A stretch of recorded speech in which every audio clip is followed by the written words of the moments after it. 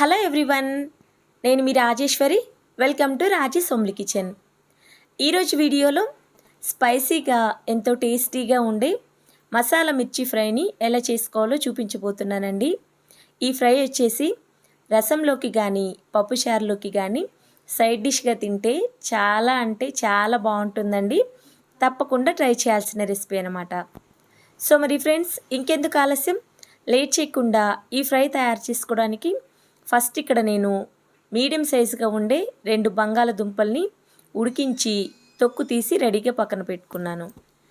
Next ఒక mixing బౌల్లోకి మనం ఉడికించి పక్కన పెట్టుకున్నటువంటి బంగాళదుంపల్ని వేసుకొని మెత్తగా మెదుపుకోవాలి. చూడండి, ఇలా మెత్తగా మెదుపుకున్న తర్వాత నెక్స్ట్ ఇందులోకి పుదీనా సన్నని తరుగు, 1 టేబుల్ స్పూన్ దాకా అల్లం తరుగు, 1 టేబుల్ స్పూన్ దాకా సన్నగా కట్ చేసుకున్నటువంటి వెల్లుల్లి తరుగు వేసుకోండి.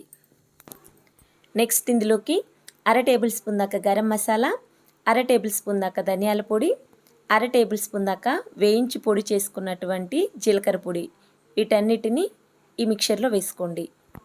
నెక్స్ట్ ఇందులోకి రుచికి సరిపడ ఉప్పు, 1/2 టేబుల్ స్పూన్ దాకా కారం, 1/2 కప్పు దాకా సన్నగా కట్ చేసిన ఉల్లిపాయ ముక్కలు, 1/2 టేబుల్ స్పూన్ దాకా పసుపు, అలాగే 1 చెక్క దాకా నిమ్మకాయ రసాన్ని పిండుకోండి.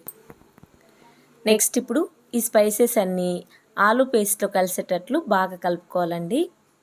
చూడండి, ఇలా కలుపుకున్నట్లయితే మనకి లోపల స్టఫింగ్ తయారైందండి. నెక్స్ట్ ఇప్పుడు మనం ఏ మిర్చినైతే తీసుకున్నామో వాటికి ఘాట్లు పెట్టుకోవాలండి. ఇక్కడ నేను బజ్జి మిర్చి తీసుకున్నానండి. ఇవైతే మనకు అస్సలు కారం ఉండవు కాబట్టి, ఒకవేళ మీకు ఇవి దొరకకపోతే మామూలు మిరపకాయలు తీసుకున్నట్లయితే ఇలా ఘాట్లు పెట్టి లోపల గింజలు ఏమైనా ఉంటే తీసేసేయండి. ఇదే ప్రాసెస్లో మనం తీసుకున్న మిరపకాయలన్నిటికి కూడా ఘాట్లు పెట్టుకున్న తర్వాత మనం ప్రిపేర్ చేసుకున్న ఆలు స్టఫింగ్ ఉంటుంది కదండి, దాన్ని కొద్ది కొద్దిగా తీసుకొని ఈ మిరపకాయలు గూర్చుకోవాలి. ఈ వీడియోలో చూపిస్తున్న విధంగా మొత్తం మిర్చి కూడా ఇలాగే స్టఫ్ చేసుకోవాలన్నమాట. ఇది ఫ్రై చేసుకున్న తర్వాత చాలా టేస్టీగా ఉంటుందండి.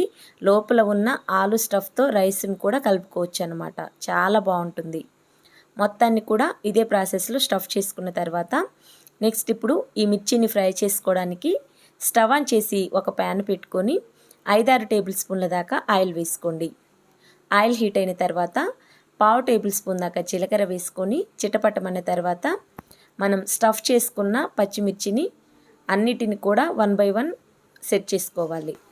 నెక్స్ట్ ఇప్పుడు ఈ పచ్చిమిర్చి పైన చిటికెడంతా ఉప్పు వేసుకున్న తర్వాత ఈ పచ్చిమిర్చి పైన మూత పెట్టి 2-3 నిమిషాల వరకు లో ఫ్లేమ్ మీద ఫ్రై చేసుకోవాలండి.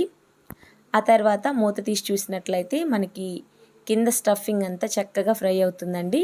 ఇప్పుడు ఈ పచ్చిమిర్చిని రివర్స్కి టర్న్ చేసుకున్న తర్వాత మరలా దీనిపైన మూత పెట్టి మరొక నిమిషం వరకు లో ఫ్లేమ్ మీదే ఫ్రై చేసుకోవాలి. అప్పుడే మనకి పచ్చిమిర్చి అనేది బాగా ఫ్రై అవుతాయి అన్నమాట. సో చూడండి, మనకి పచ్చిమిర్చి ఆల్మోస్ట్ ఫ్రై అయిపోయిందండి. ఇప్పుడు ముందైనా వెనక భాగమైనా చక్కగా ఫ్రై అవుతుందన్నమాట. ఇలా ఫ్రై చేసుకున్నట్లయితే మనకి మిర్చి మసాలా ఫ్రై తయారైందండి.